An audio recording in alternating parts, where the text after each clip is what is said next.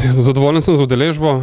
Vesel sem, da so se udeležili tako člani kot ne člani naše zbornice, da smo jim lahko predstavili naše delo in s tem seveda upravičili njihovo zaupanje v nas in tudi pridobili že nove člane z organizacijo tega dogodka.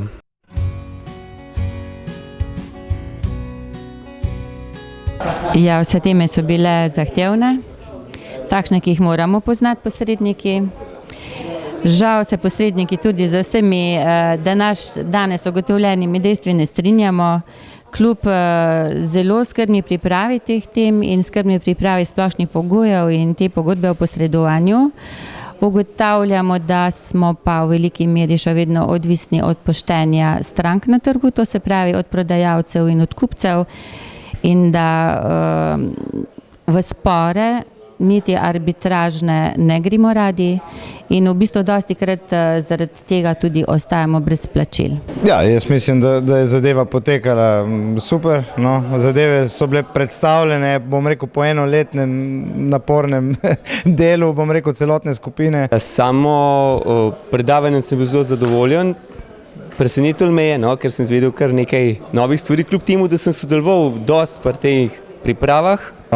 Mislim, da je bilo izobraževanje zelo v redu, da je bilo tudi dobro sprejeto med obiskovalci. Zelo pomembno nam je to, da smo dobili seveda tudi feedback z druge strani, torej da so tudi oni povedali, kaj jih zanima, vprašali, kaj jih zanima, da so tudi oni izpostavili določene rešitve, ki jih bomo seveda mi potem tudi nekako poskušali upoštevati.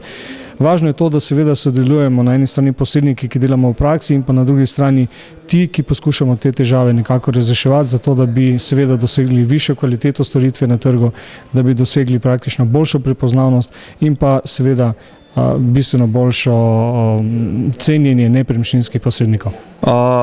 Zagotovo izjemno uspešno. Moram reči, da smo v Pravni službi Gospodarske zbornice Slovenije zelo veseli vsakršnega povabila, predvsem tudi v nastajanju mehkih, bom rekel, dokumentov, kot so kodeks, kot so splošni pogoji poslovanja in pogodba o posredovanju. Mislim, da so vsi dokumenti izjemno dobro uspeli in da je tudi predstavitev na današnjem izobraževanju bila deležna veliko pozitivnih odzivov.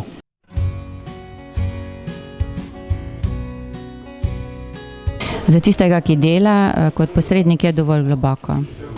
Jaz mislim, da ja.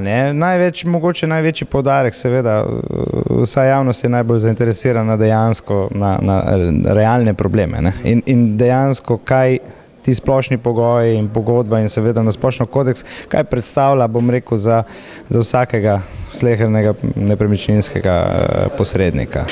Mislim, da smo izbrali kar pravi način, torej da smo sproti pri vsakem členu nekako podebatirali, predebatirali, kaj ta člen pomeni, kako ga vidimo v praksi, kako bi ga naj upoštevali. In jaz mislim, da je bila ta način, da je bil kar dokaj dober.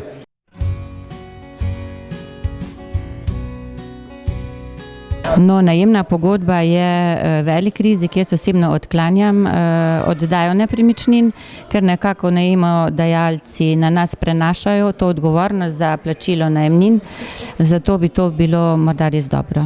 Cilj upravnega odbora Združenja za nepremičninski družb za posredovanje je v tem, da bi pripravili celotno zbirko vseh dokumentov, ki jih nepremičninski posrednik potrebuje. Torej, začeli smo z kodeksom, z splošnimi pogoji, z posredniško pogodbo, seveda pridejo še ogledni listi pri pregledu prvega dejanskega stanja nepremičnine, ko sprejmeš nepremičnino v prodajo, pridejo še vzorci za potrdilo o ogledu ali naročilnica o ogledu, pride še dokumentacija, ki jo potrebuje posrednik, recimo pri dogovarjanju med kupcem in prodajalcem za sklenitev nekega določenega posla, primopredajni zapisniki. Skratka, zbrati mislimo celotno dokumentacijo, ki jo posrednik potrebuje, zato da bo to njim v pomoč pri vsakem vsakdanjem delu.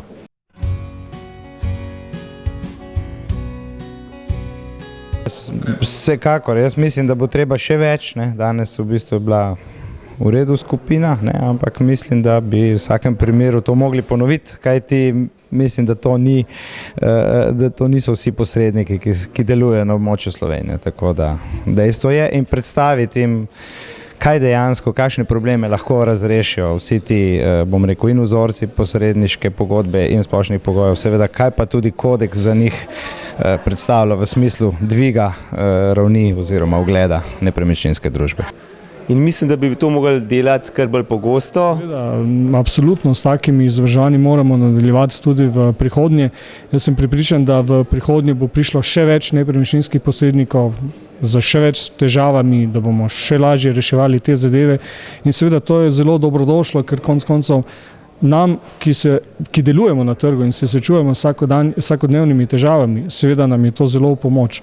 In če imamo na kontrastrani, da nam pomaga, torej Gospodarska zbornica s svojo upravno službo in pa z ostalim upravnim odborom, ki nekako potem poskuša reševati te težave, je seveda bo tudi nam lažje pri samem svojem delu vsakdanje. Predlagam, da bi se takšna izobraževanja izvajala periodično in da takšna izobraževanja nekako zastavimo ne samo v hramu gospodarstva, torej na Gospodarski zbornici Slovenije, ampak tudi širše, da mogoče ponudimo tudi na območnih zbornicah in pa tudi samostojnih zbornicah kot dodano vrednost, bom rekel, podobna izobraževanja.